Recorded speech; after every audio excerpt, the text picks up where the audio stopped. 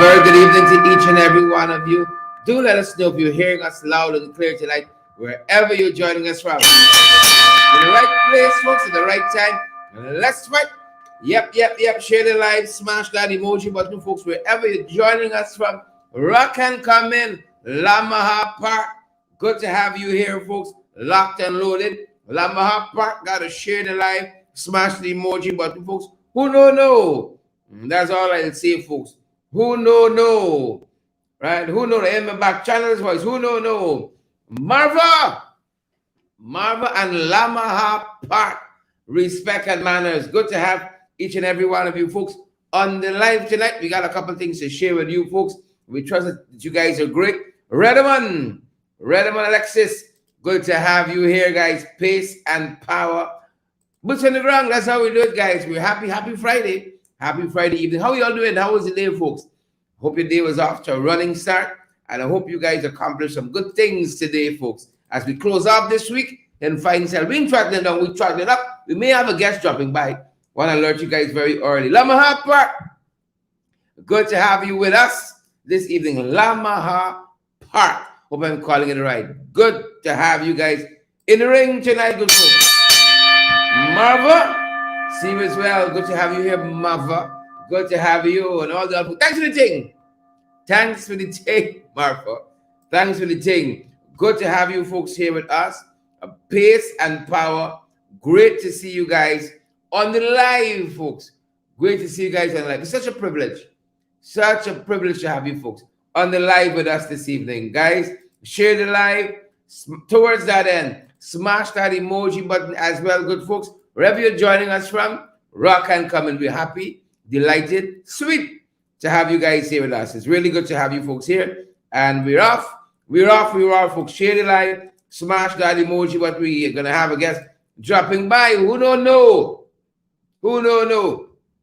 Akeem Peters, good to have you here, former deputy mayor of the municipality of Georgetown. Good to have you here, sir. Respect and manners.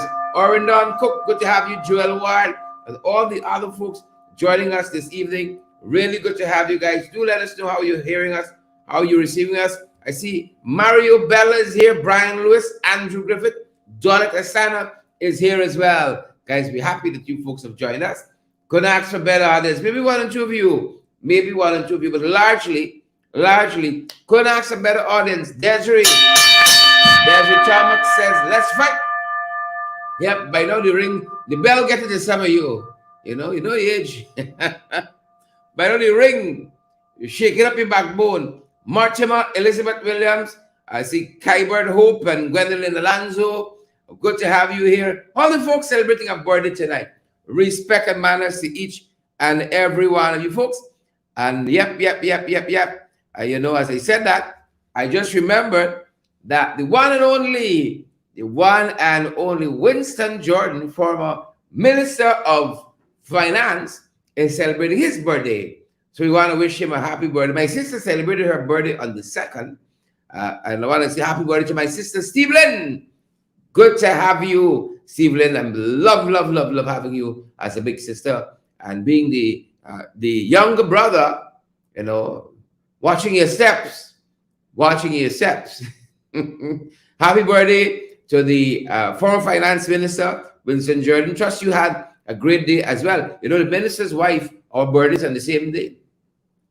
Yep, good month, June, last day in June. His wife and I, we share the same birthday. Yep, his birthday's today, so we want to say happy birthday to him. My son's birthday, my son Jean-Pierre, my eldest son, his birthday's tomorrow. He's turning 15. Him, don't come around with funny. You know we got a turtle flesh. Yeah. My eldest son, Jean-Pierre, his birthday's tomorrow. He's turning 15. Yep. I look too shabby. Old buying grace and bad pasture, Neither did the former Minister of Finance, Winston Jordan. Neither did the former Minister of Finance, Winston Jordan. And as we have your attention there, folks, we trust that you guys have had a great, big and fantastic day. Good having you guys here with us this evening, wherever you're joining us from. Minister Jordan. Somebody tag him, the man. Somebody tag him. Looking sharp, as sharp as ever, folks. doing what he got to do behind the scenes. Sometimes he's in front of the scenes too. Happy birthday, sir. Hope you had a great day. You got a big cake and, maybe a stripper. Some big cake, some girls just jump out. Yeah. Whatever's your heart's delight, we hope that is what you got for your birthday. Good to see the rest of you here with us, guys. Happy birthday again. Happy birthday again. Folks, the fight card. We got the fight card set. Yeah, we talk about they got some big trucks on the road and run into some problems today. Some big trucks. Hold on for the big truck. You all of this politics thing. I walk out with my grand. Yeah, but I got to fall back. We can talk about Nancy Pelosi as well. Nancy Pelosi has a way she do some subtle things, but the impact is so huge. The impact is so huge. We can talk about Kamala Prasad, we see her in Trinidad as well. She's been saying some things, folks. And then, teachers. We can be talking about one teacher in particular. This fellow you see in the graphic here, in the red t-shirt. We can be talking about him as well, good folks. But first, again, we're happy to have you folks here. But first, for the open up, we were at the National Assembly last evening, and we were telling you folks about some of the shenanigans that went on in the National Assembly. We were telling you guys some of the shenanigans that went on there. Our very own member of Parliament, leader of the Alliance for Change, Khemraj spoke to some of the bills. I know what he said is worth reminding. They bring these bills at the 9th hour. See, the 9th hour for some particular reasons. That is one. And then two, some of these bills, they favor friends, family, and favorites. They favor friends, family, and favorites. So we got to watch that. You see, folks? We got to watch that, and we got to watch them.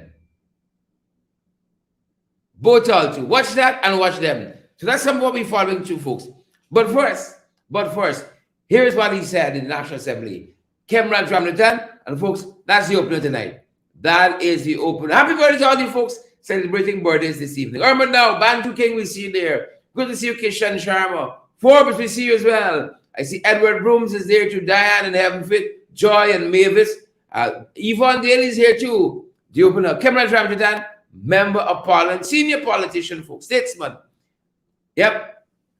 Here's what he said in the National Assembly just yesterday, last evening. It's probably around this very time.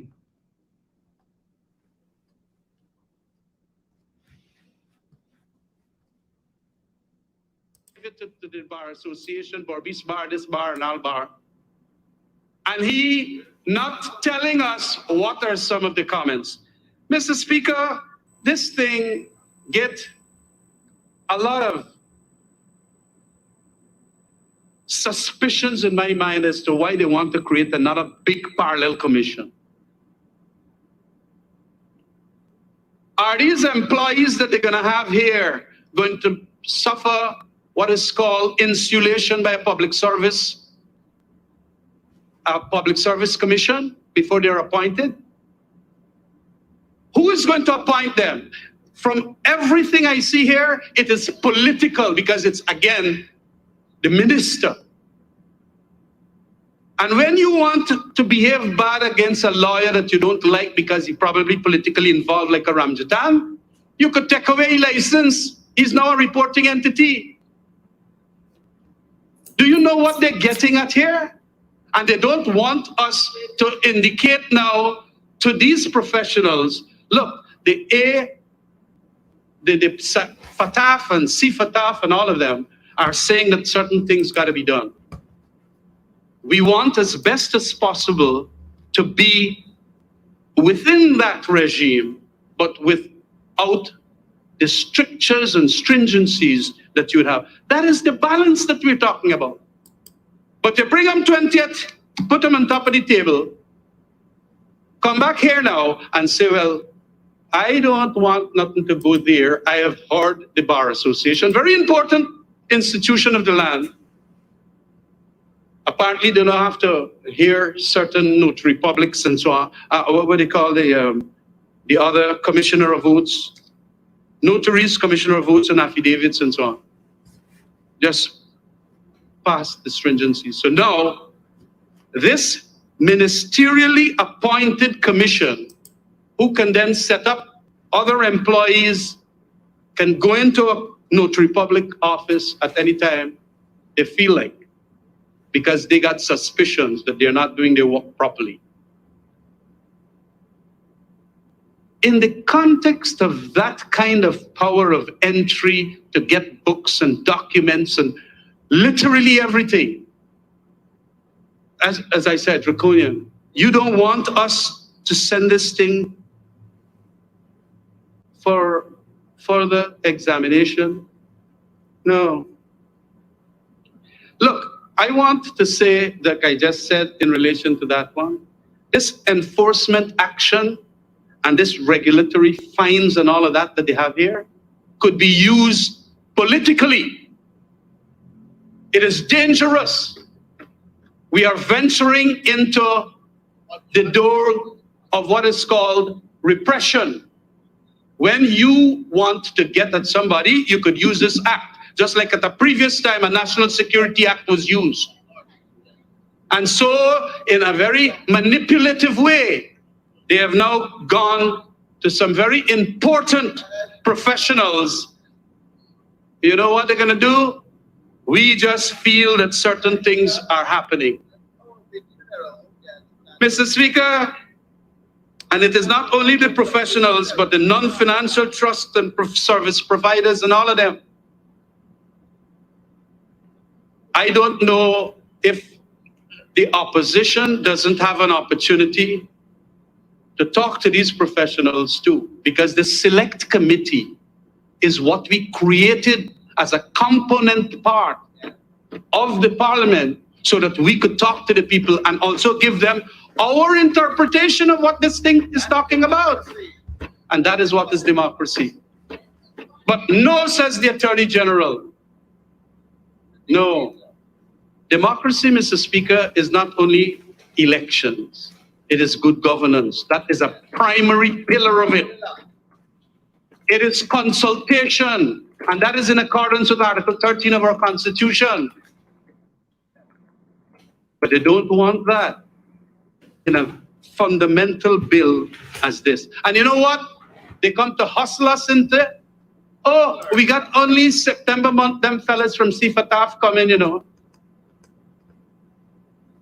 Why couldn't they have brought it earlier then?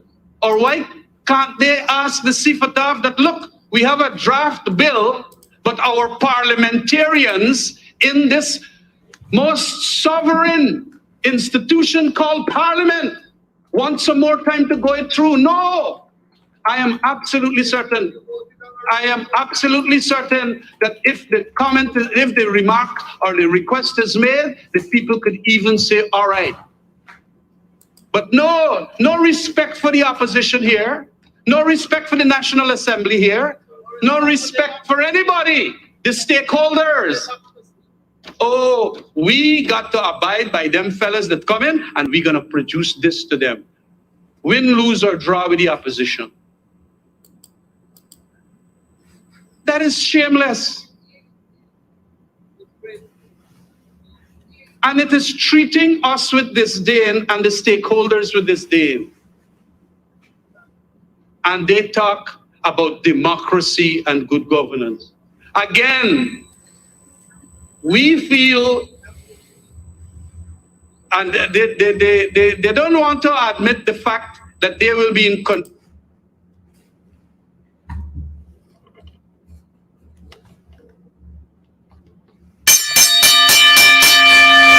That was leader of the Alliance for Change and Member of Parliament, Khemraj Shadow Minister for Agriculture, talking about the attitude of the PP on some of these bills, the posturings on some of them. It's remarkable. Let's turn our attention quickly to some of the things we're tracking internationally. We got a guest dropping by. Well, you all know that. We have a guest dropping by. We want to hasten to that, folks. Internationally, Nancy Pelosi, former Speaker of the House, there in the U.S. of A., the mighty U.S. of A., she said Donald Trump looked like a scared puppy as he was being arraigned on that latest of indictments, folks. He looked like a scared puppy. This is the woman. During one of his State of the Union address, tore up his speech. Lie. She was sitting just behind him, tore up his speech. That was an epic moment. She looked like a scared puppy. Being arraigned quite recently. Ring the bell one time for Nancy. Ring the bell one time for Nancy, folks. Yeah, that's what we're tracking internationally. As well, folks. As well. You know, Trump, the folks, this indictment is about trying to, the latest of indictments is trying to, is aimed at Trump trying to overturn the results of the elections of the US of A. Yep, same one that did the Suhawin with Mike Pompeo. Same one who came to tell us what we can and cannot do. Sheila Boyd Child, that same one. Trump, right? And the governor, they're telling us, this governor out of Wisconsin, I think it is, he said that they must face the penalty for their actions. You see, these some of them were involved in what they're calling, they were fake electors. Fake electors. We had some, you remember you had some during the last local government election, you had some forged signatures and so on. You remember that? That wasn't so long ago. All of that is part of it. Fake electors. The fellow said they got to do the time. Yes, this is the Wisconsin governor, they're telling us, Tony Evers. He argued just today that the 10 persons who participated in the fake election scheme in his state in an attempt to overturn the 2020 presidential election for former President Trump should be charged for their actions. You see, accountability is a big thing in the US. And he went on to say there has to be accountability. We got some folks who want to do what they want to do, but they don't want no accountability. So thank you. Thank you very much, Governor Tony Evers. Right. That's what he said. They should be charged. Yep, that's what we're following, folks, internationally. Look what else we are looking at. Finally, they said there was a riot in New York today. They said one coming. And YouTube influencer was giving away some kind of a gaming console and things got out of hand there. Things got out of hand. He himself, this YouTuber, was later arrested. Yeah. About 2,000 persons, the authorities are telling us, swamped a particular area in New York City as YouTube streamer Kai Cenat was taken into custody during this event. The people got out their hands and started rioting. Interestingly, them boys can bring out no water cannon, you know, no tear gas and so on. Police managed, however, to bring the situation under control. We don't often see that, folks. Hastening on. Share the lamb light. Smash that emoji button for us. Hastening on, folks. What's happening here? In Trinidad, they're telling us. In Trinidad, this is what they're telling us. Remember, we told you guys this morning, crime is on the increase in Trinidad, and former Prime Minister, who is leader of the opposition for the party, United National Congress, crime is on the increase, and there's been lots of home invasions just like us. Lots of home invasions just like us. And one of the things she said is when them boys come in your place, come in your premises, light them up, meaning to shoot them down. Right? That's what she said. Light them up. And she says she has no apologies for saying that. She has no apologies. Marlon Sampson, Marva, and the Lamaha Park crew, you heard that? Ain't got apologies. Light them up. Very strong talk. Could it be backed with action? And they plan that if they win the general elections, they're going to give more guns to citizens to defend themselves. Trinidad Calypsonian sang a song, it's we or them. Somebody going to have to fight. It's we or them. Somebody going to death tonight. Light them up. Kamala Prasad, B-Sister said, you got to light them up. Yep. As I said, strong talk. Strong talk. Locally, folks, in the 592, folks, it's never an easy day. They're telling us, they're trying to convince us that a prisoner has escaped right? That a prisoner escaped, but word on the ground is that the man left. You all know how we do things here differently, right? You all know how we do things differently, and this is Suraj Singh. Suraj Singh, and he was a prisoner performing some duties at a private residence. Right? At a private residence. That's what they tell us.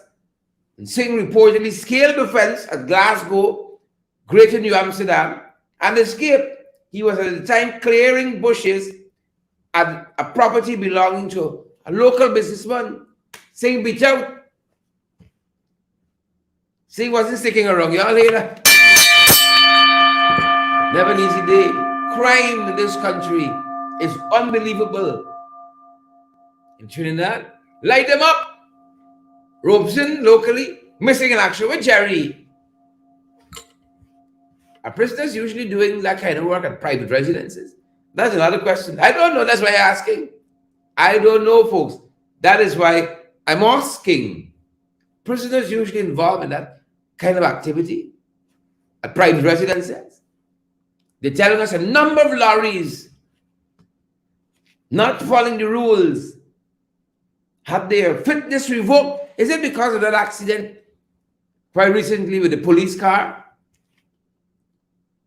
Is that what it takes for us to enforce the law? Is that what it takes? So the lorry drivers had their fitness revoked. And from the list of things that they said, they had a number of infractions. A number of infractions, folks, that we're following. Is it because of that accident? Right.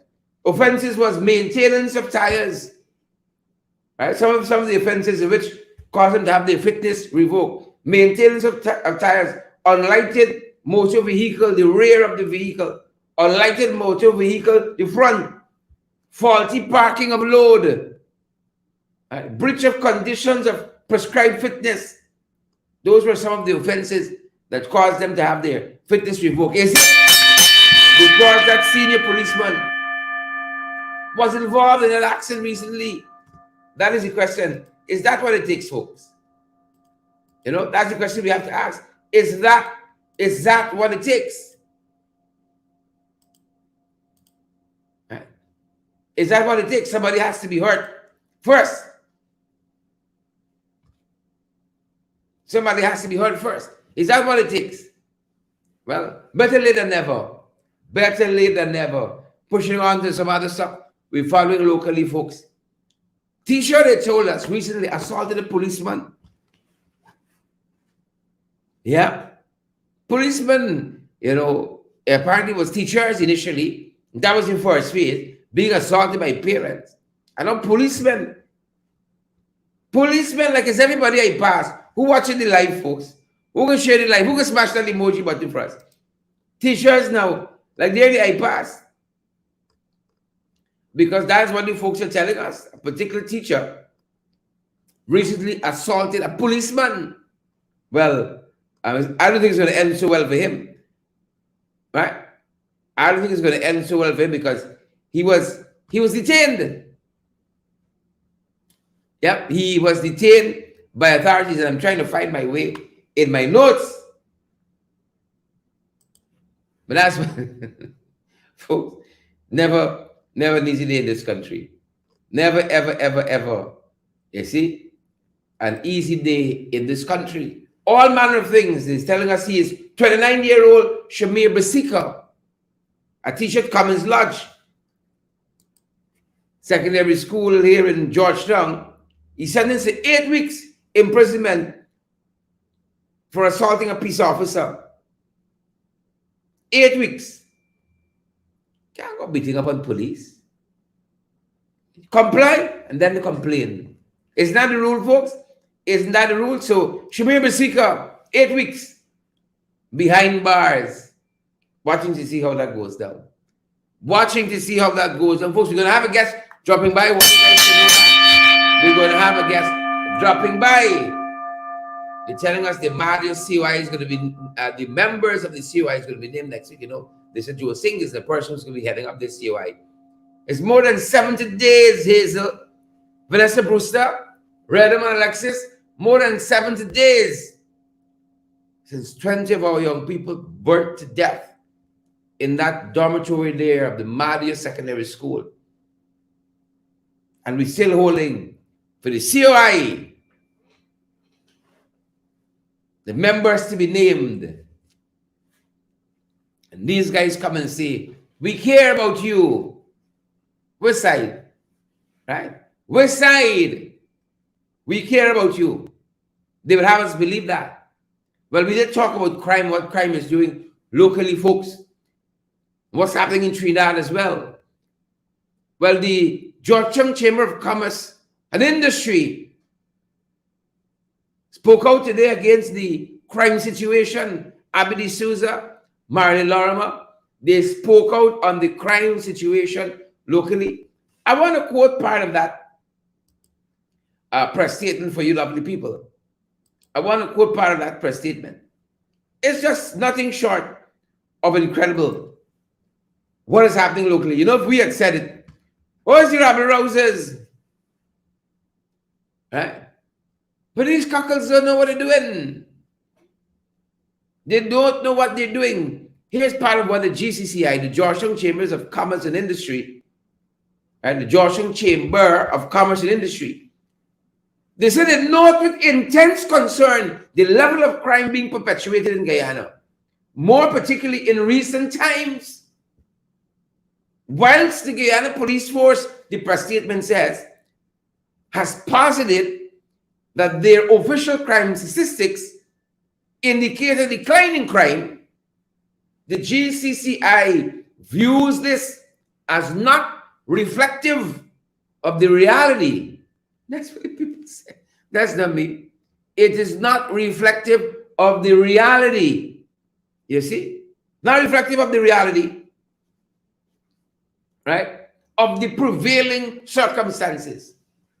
Not reflective of the reality of the prevailing circumstances. And I'll read a final paragraph.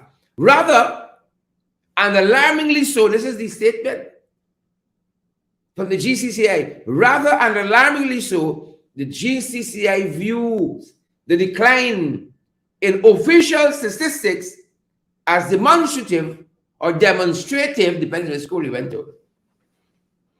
Right? It is demonstrative of a loss of confidence in the Guyana Police Force and reflective of an underreporting of criminal perpetration. Underreporting. And why would people be underreporting? Perhaps they don't feel any confidence in the system. They don't feel if you report it, it can make a difference. That's part of the challenge we face. We are no police from thief now. We don't know police from thief. So this is the GCCI. This is one of those entities. Got some good people in it, but largely leans. Largely leans. You know what that means? You know what that means? When they largely lean. And I want to ask my guests about some of this. And as well, some of what's happening in the National Assembly. Who's sharing the life for us? Marlon Simpson. Siobhan Semple, Rosetta. Who will share the life for us? Year 3. On the 3rd anniversary. Right? Oh, they want to tell you about good governance. They want to tell you about a lot of things. But what they really should be telling you about, they don't want to tell you about. They don't want to tell you about those things. That's what the GCCI said. Right? Crime is getting out of hand. Well, we was talking about this long ago. It's just that some of the people get in touch now, so they run out. Spiraling crime. We've been talking about that. Vibrant whitewashing or some of these back. But them boys don't want to listen. Hopefully the Georgetown Chambers of Commerce and Industry got the ear and they can listen now. Because we's rabble rouser and all manner of things. When we talk, oh, it's just rhetoric and rabble rousing. So put it in your pipe now and smoke it. Right? Van Classic said, cat and milk standing there. Cat and milk standing there. Please and thank you. Cat and milk standing there. Apologies, folks. That is the reality of what we face. Right? Sad to say. And you know, some people trying to persuade us on all manner of things. Some folks trying to persuade us on all manner of things. Them boys said billions are being expended on the Guyanese people, on the cost of living. So we all talking about things expensive. We all talking about hard times bracing y'all. Billions. Billions being expended. Right? You feeling that? Glenford Gordon, Cherland Hazel, right? Waveney Doris, you feeling that? Colin Isaacs? Billions being expended on who? The 1%? Friends, family, and favorites? On who? Glenford Gordon. Cherry Jeffrey, on who? Marvin, who? Lamaha Park crew, on who? Who is it being spent on? Wilton Blue? On you? So I don't know what Jack Blue talking. But you see, when they start, Tory Jackson, when they start hearing the grumblings of you and I, they start getting worried. Chanel Mitchell, they start getting worried. And then you see they come out and try to do the PR. But the PR and PRing. Billions being spent. The Matson. So don't come around with funny. The Mats not Matsing. You and I live in this economy. We work in this economy. We shop in this economy. You could just go to the supermarket and say, oh, give me that, give me that, give me that, give me that, give me that, give me that, give me that. You watching price? See some of y'all, the eyelid smell with your lists and your calculator, you're lashing. Whap, whap, whap, whap, whap. Look and joke. Adding up the bill before you go to the cash register. Adding up the bill. You know, when I was going to Turks and Caicos quite recently, they had an onboard bar. And they call them all these fancy things. They take the food car, they block the door, and it looks like a bar indeed. I shame for God because the girl don't tell me. They're only accepting card. They're only accepting cards. Now I shame. What if I go up there, big card and walking out? You see? What if I go up there now with insufficient funds? Right? That's why I watch some of y'all in the aisles and smile. Look and joke, pop the calculator. How to make $1 out of 15 cents. You miss like this. Vice President Bharat Jagdeo came out recently to say billions are being expended. So y'all talking about y'all mouth white, your collarbone showing. How much going in your pocket? The Matson, the island. We big folks. We big and we got sense. Magnell Barrow, let them know. We big and we got sense. Let me give you all a reminder. Again, folks, let me give you all a reminder, those of you who are joining us. We have a guest dropping by. We can be discussing some of these very issues. And quite recently, the National Assembly, Mr. Khemraj spoke on the attitude of the government. It's not to benefit you, the citizens, when they bring these bills. Right. I heard one speaker talk about insider information. Friends, family, and favorites know what's coming down the pipeline and know how to position themselves. You all think it's easy in this country? It's not easy at all. It's not easy. Again, folks, here's some of what Mr. Ramjadan said in the National Assembly. And I hope when we come back, my guest is here. Here's what he said. Take a look, take a listen.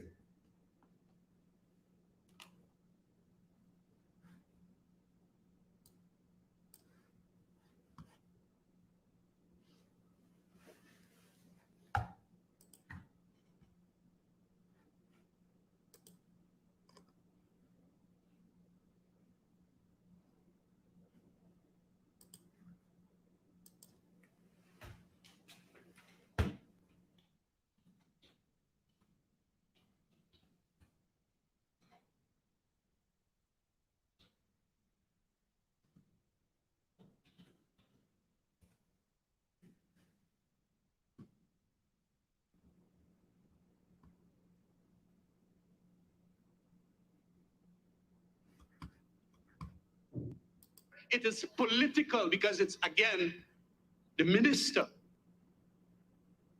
And when you want to behave bad against a lawyer that you don't like because he's probably politically involved, like a Ramjatan, you could take away his license. He's now a reporting entity.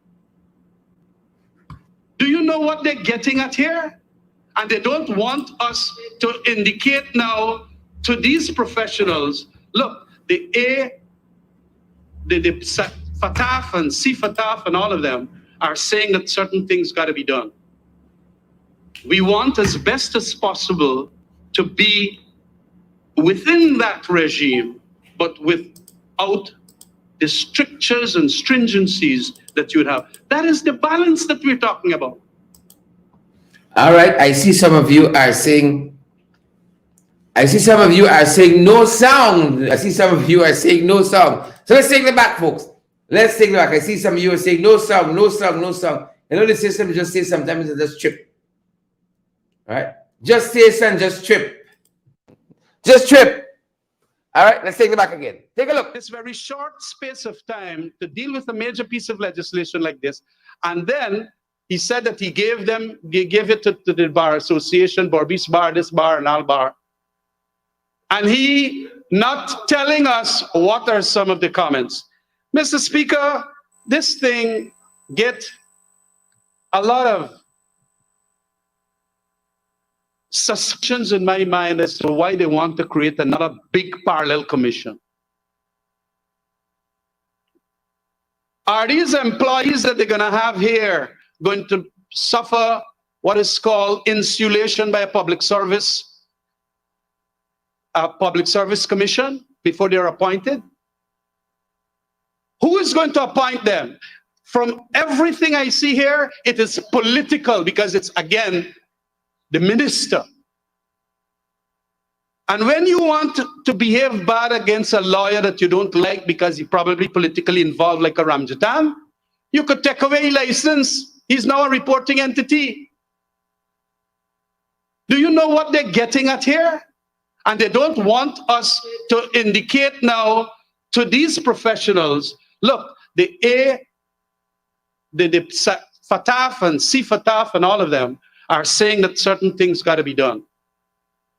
We want as best as possible to be within that regime, but without the strictures and stringencies that you would have. That is the balance that we're talking about. But you bring them 20th, put them on top of the table, come back here now and say, well, I don't want nothing to go there. I have heard the Bar Association, very important institution of the land. Apparently, they don't have to hear certain notary publics and so on. What do they call the other commissioner of votes? Notaries, commissioner of votes, and affidavits and so on. Just pass the stringency. So now, this ministerially appointed commission, who can then set up other employees, can go into a notary public office at any time they feel like, because they got suspicions that they're not doing their work properly. In the context of that kind of power of entry to get books and documents and literally everything, as I said, draconian, you don't want us to send this thing for further examination? No. Look, I want to say, like I just said in relation to that one, this enforcement action and this regulatory fines and all of that that they have here could be used politically. It is dangerous. We are venturing into the door of what is called repression. When you want to get at somebody, you could use this act, just like at the previous time a National Security Act was used. And so, in a very manipulative way, they have now gone to some very important professionals. You know what they're going to do? We just feel that certain things are happening. Mr. Speaker, and it is not only the professionals, but the non-financial trust and service providers and all of them.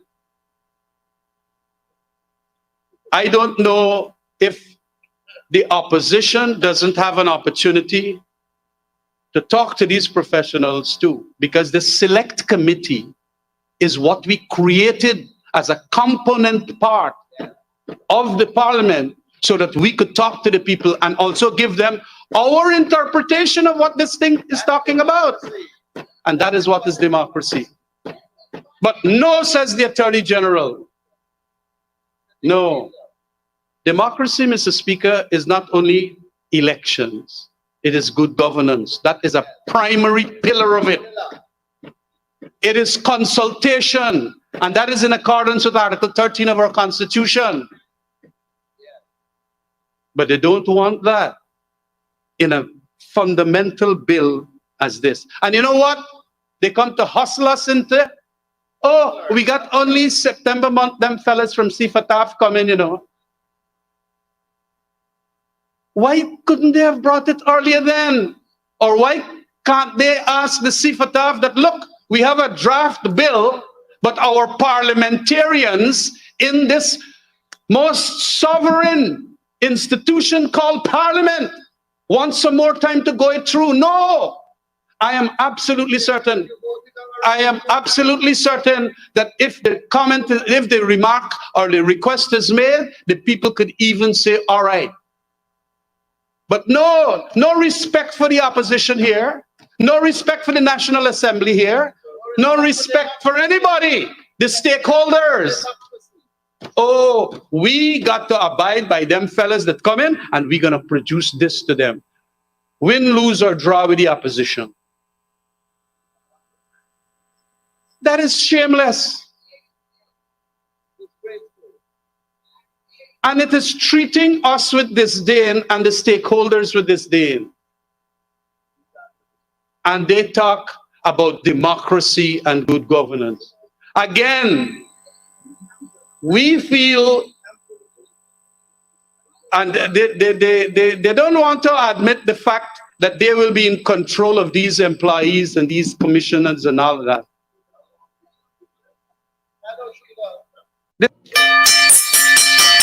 All right, folks, welcome back. That was Khemraj Ramdajan for you there. And I have my guest.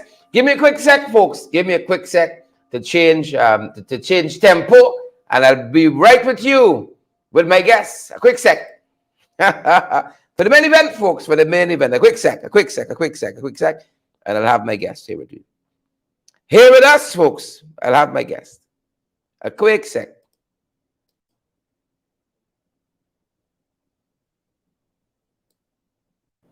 A quick sec.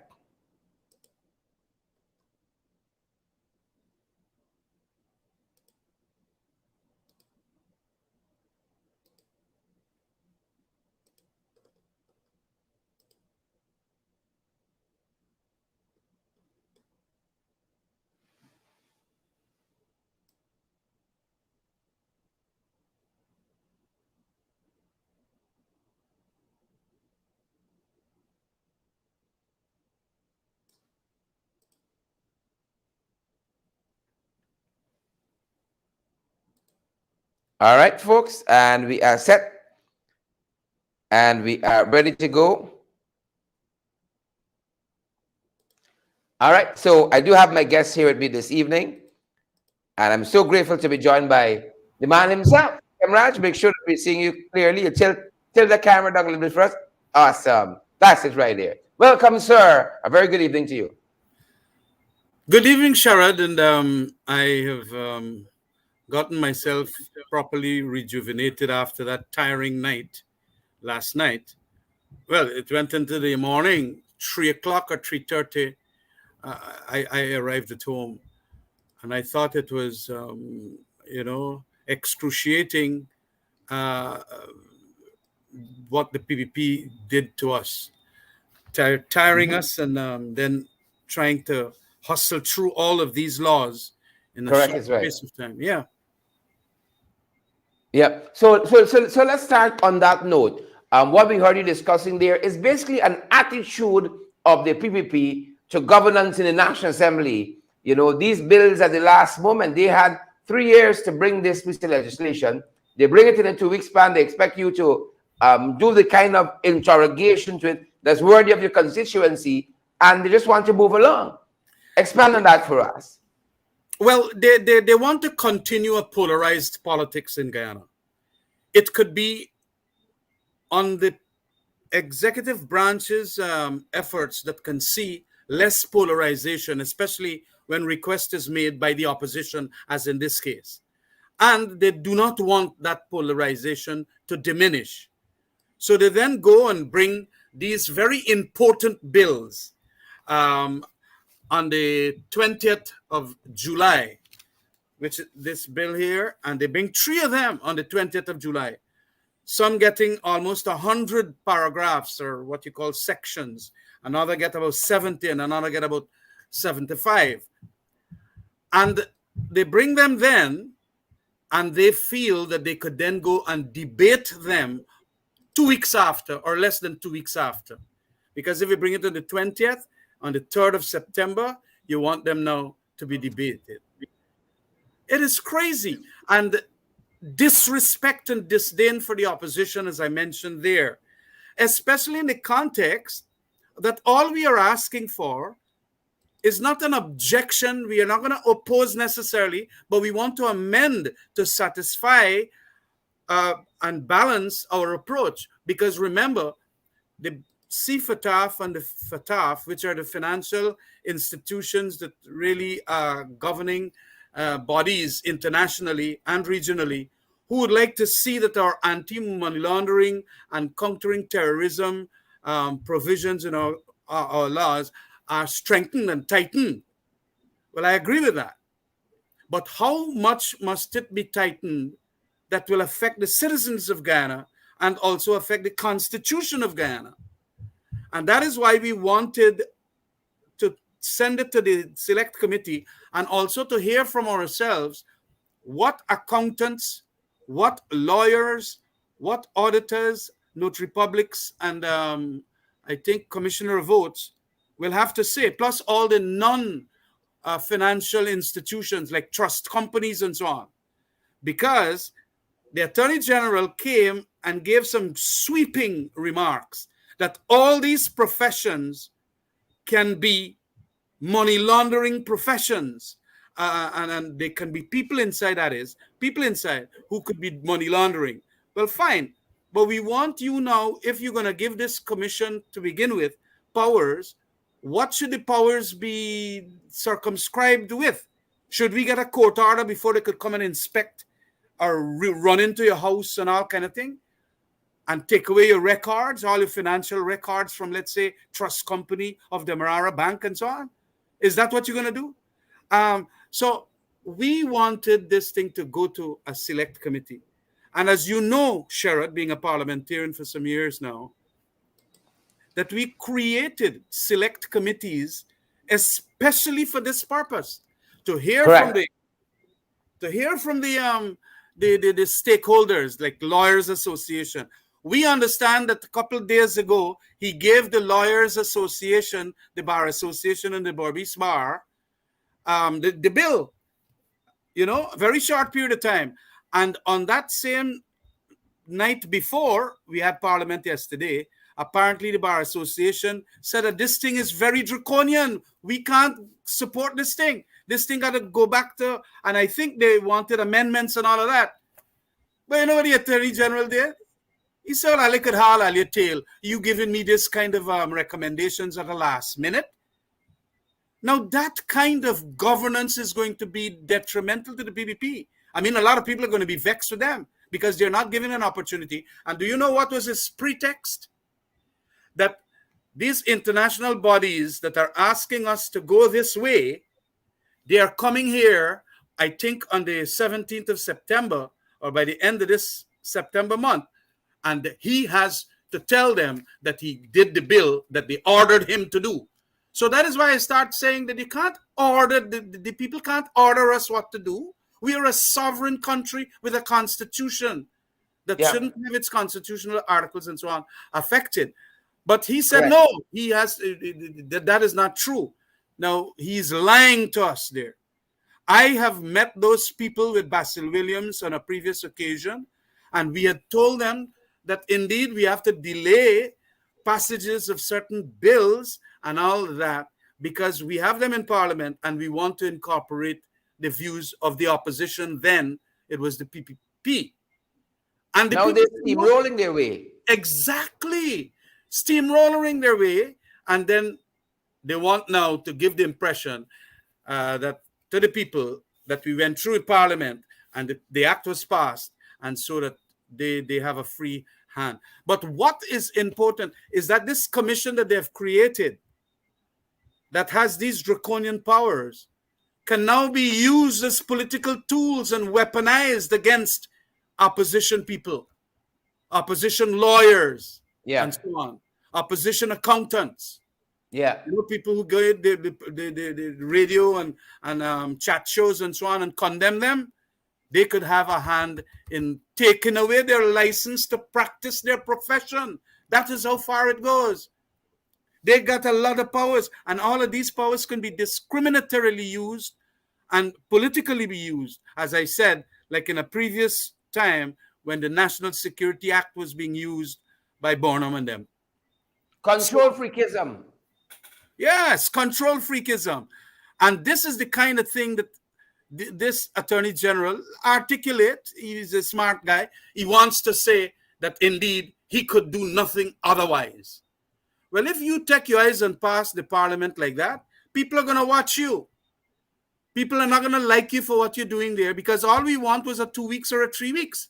And you ask those people if indeed he's speaking the truth, that they've got a timeline by the end of this month, then why not?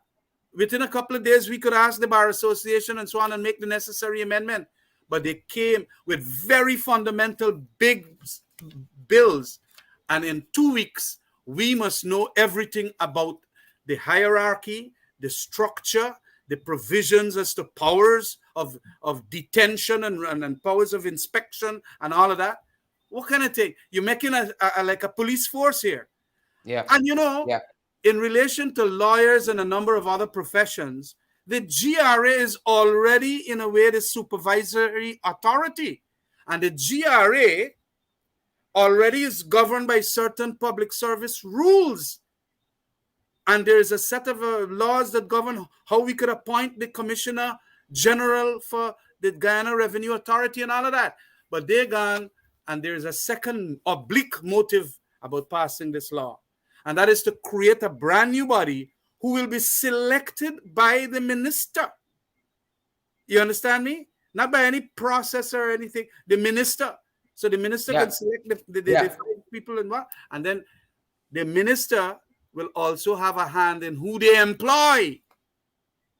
You know, Khemraj, I'm happy you talk about oblique motive, because these are the same folks who came and said they wanted to change the quorum, the standing orders for the PAC, and we wanted greater representation, and we wanted this and that, and then they don't show up, so the meeting can't go on, and you can have scrutiny of how they spend taxpayers' money. Oblique motive. And that is it. Let me tell you something. It is a new tyranny in Guyana here by the PPP. A lot of violations of all the good governance practices, and also even the Constitution. Like in our Constitution, 2 terms and no more, but we know that Jagdeo, by a bypass, calling himself vice president, is still the president. He should not be there, as I have said. That is one of the most fundamental violations of the Constitution. A fella like him shouldn't be there all over the Power place, drunk. walking in outreaches and so on. And then you get now people coming to Parliament, that is the Attorney General and the Minister of Finance, with important bills. And in all other normal democratic countries, 30 days is a minimum period for these fundamental bills. It's only if there is an emergency bill that let's say you need to take money out of Parliament or financial papers or something, then you can come with very short time. But when it is fundamental to deal with the inspection of your records, and they could deprofessionalize you by taking Yeah. away the license and licensing lawyers and so on, all of that ought to be taken time to be deliberated, massive research gone into, comparisons made between what Trinidad got and other countries, and also comparisons made as to the demands of these Fatah and CFATF people for the purposes of knowing that whether this is in accordance with those requirements and requests, or if the government is by their oblique motives trying to use that little international pressure to now expand on pressures against its own people, when it then, they use that excuse to do all the wickedness here. And I think that is what has happened. Yep. Khemraj, let me ask you a quick couple more questions before we wrap up. Just today, on the issue of crime, the Georgian Chamber of Commerce and Industry came out with a statement talking about how crime is going up. And I just want to quote a quick portion of it and have you respond. The GCCI notes with intense concern, Khemraj, the level of crime being perpetuated in Guyana, more particularly in recent times. It goes on to say that while the Guyana Police Force has posited that their official crime statistics indicate a decline in crime, the GCCI views this as not reflecting the reality of the prevailing circumstance. You are the Minister of Home Affairs, Minister of Public Security. Yeah, well, look, you have to have some integrity as leader of that institution. And you have to demand that the policemen state clearly the crime statistics and accurately. And then now and again, do some random checks on them. I understand that they're doing no random checks, and a lot of crimes going unreported, and they don't want to take that into consideration. I used to indicate to them, please, if you know of a standard rate of crime that is unreported, you have to add it so that the public will know what is the reality. Yeah. I don't think that they're even adding that, what is a kind of it's a little guesswork, but it is a guesswork based on how they know what and what was not reported. Now, let me tell you something. In addition to that, the policemen are very disenchanted with what is happening inside there. I think Paul Slow on several of his programs have indicated as much, he and Conway. And that is cracking up the professionalism of the police force. And when criminals see that the police force is cracking up at its seams, they're going to do all manner of things. And let me tell you something, it is going to get worse, because I've only recently spoken to a senior past officer, senior superintendent, I wouldn't name him, but he tells me that this thing has gone real bad in there, especially the crime investigation department. Yeah. And so you're going to have that.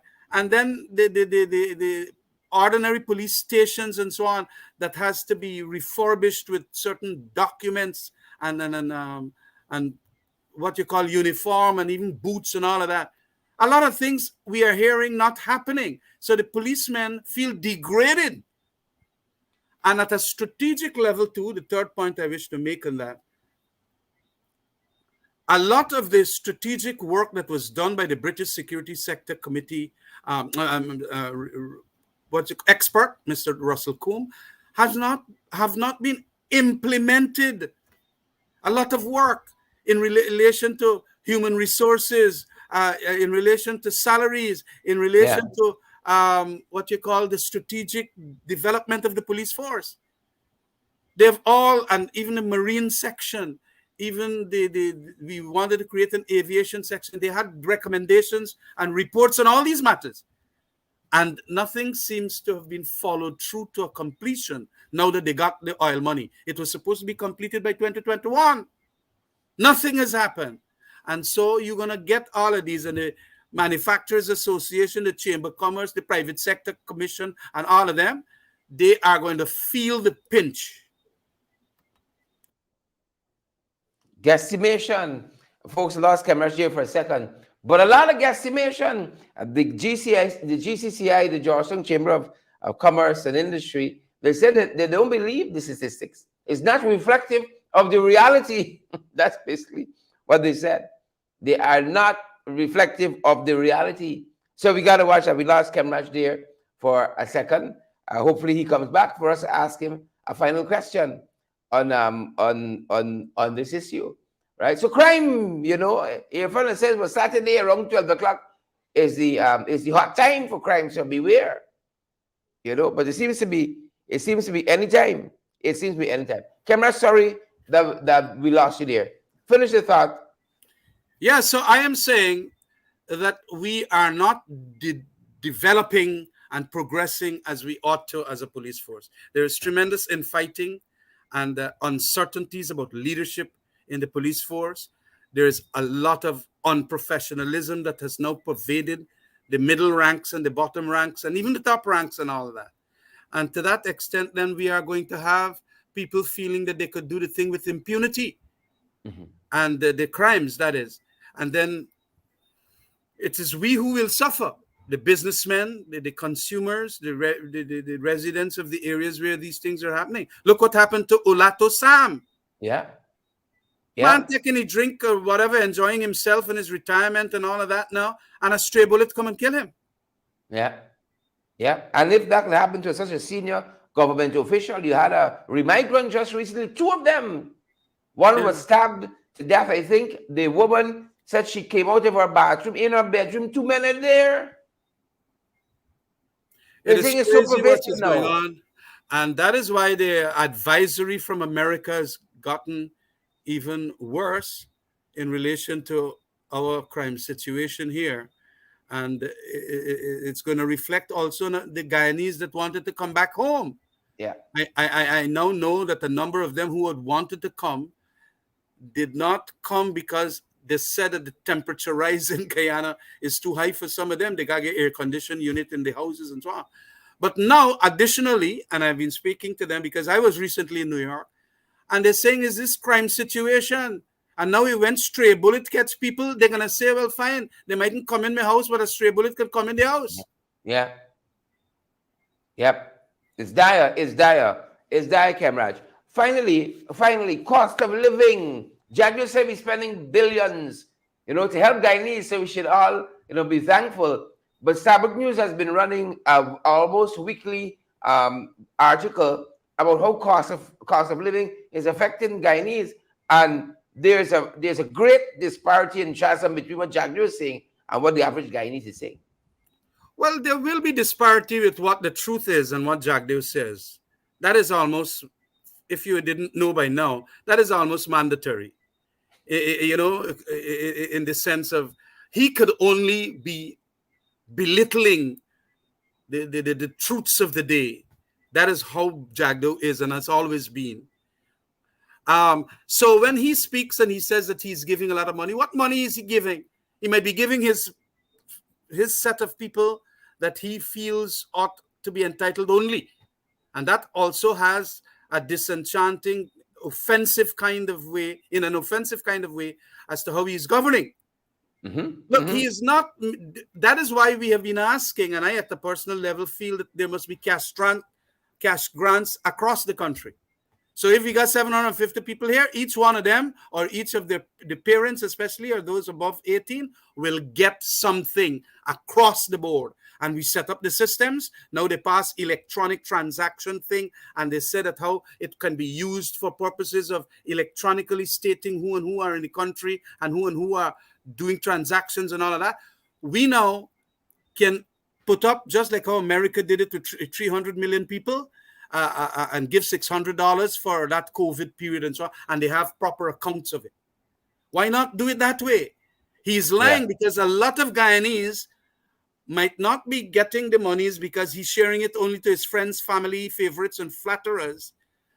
They're getting the money. They might be feeling good about it. But a number of people, especially opposition areas and demographics, don't get nothing from that guy. And so that is why Guyanese are crying out. And even his own supporters too. I have been, as I have said on several occasions, to Skeldon and Albion area and so on. And I have spoken on occasions on the Berbice television there, talking to some of them in New Amsterdam as I go around now and again. And all of them are telling me that they can't cook 3 square meals a day. They don't eat 3 square meals a day. And this fella go and they're rampaging all over the place. I notice he and the Attorney General, he and the Ashley Singh, and he and all of them, they're doing outreaches. The pressure is on them because the people telling them, they gone to Buxton the other day or yesterday or sometime, and they tell the people that y'all should be satisfied because so much spendings we are doing. Well, they lie about it. The spendings going to a set of contractors that getting billions of dollars, some people who never did contract before, and all of that. And a portion of that is siphoned off. All right, you give me the contract, well, you're going to take it back and do party work, go do your outreach and so on. And that is what it is. That is not how you govern a country. You got to do it in a legitimate fashion and not bribe and buy out supporters. That is what they're doing. But still, the cost of living is so high because of a number of factors, but factors which ought not to enter the realm here in Guyana because we can produce our own food. This oil sector has also taken away a lot of people. And by the way, a lot of Guyanese who are very good at agriculture are leaving the country every year. If people didn't know, 10,000 Guyanese leave the country for America, Canada, England, wherever, on legitimate visas to go away. About 7,000, 6,500 of them are East Indians, and they're the ones that were in charge of this agriculture sector. That is why there's been diminishing returns in agriculture in every sector. Yeah. Sugar, rice, poultry, livestock, everything. Everything done. Everything done. And that Everything fellow is going to go and tell people. And with a smaller supply, a demand that is still high, you're going to get prices going up. Absolutely. And it is all of these reasons. I don't know. They call him in the PPP, that is called the man an encyclopedic economist. You know everything about economics. Well, he can't satisfy his hungry people here. And the hungry people are going to be soon very angry. And I hope he can deal with that. That's the real test. Khemraj, I want to thank you for coming on such short notice and spending this time with us. It's always a privilege having you, sir. Always a privilege. Thank you, Sharon. Good night. All right. Folks, that's going to do it for us at this end. That's going to do it for us at this end. Share the live, smash that emoji button, folks, and partner with us as well, folks. Marvin, the team from Lamaha Park, and all of you guys watching us around the world. Lyndon Gill, Jai Srishan, Adoli Frank, Adoli Elcock, Faye Fort, good to see you. Jamal Aziz and Eva Mattis, good to see each and every one of you guys until our next broadcast. Next week, we're off for the weekend, as you know, folks. See you guys in the next broadcast next week. Thanks for spending all week with us. It's been a privilege having each and every one of you here. Good folks. Charles Hudson, Joylyn Cook, Dan Gibbs, Andy, Veronica Primo Rollins is here too. Yolanda Thomas, Pace and Power Veronica. Good to have you. Sandra Hanover, Auntie Sandra, Kenton Jacobs, June Griffith, Joylyn Cook, and all the other folks who are joining us around the world, folks. That's it for us at this end. Thanks for joining us. Have a great evening. Have a fantastic evening.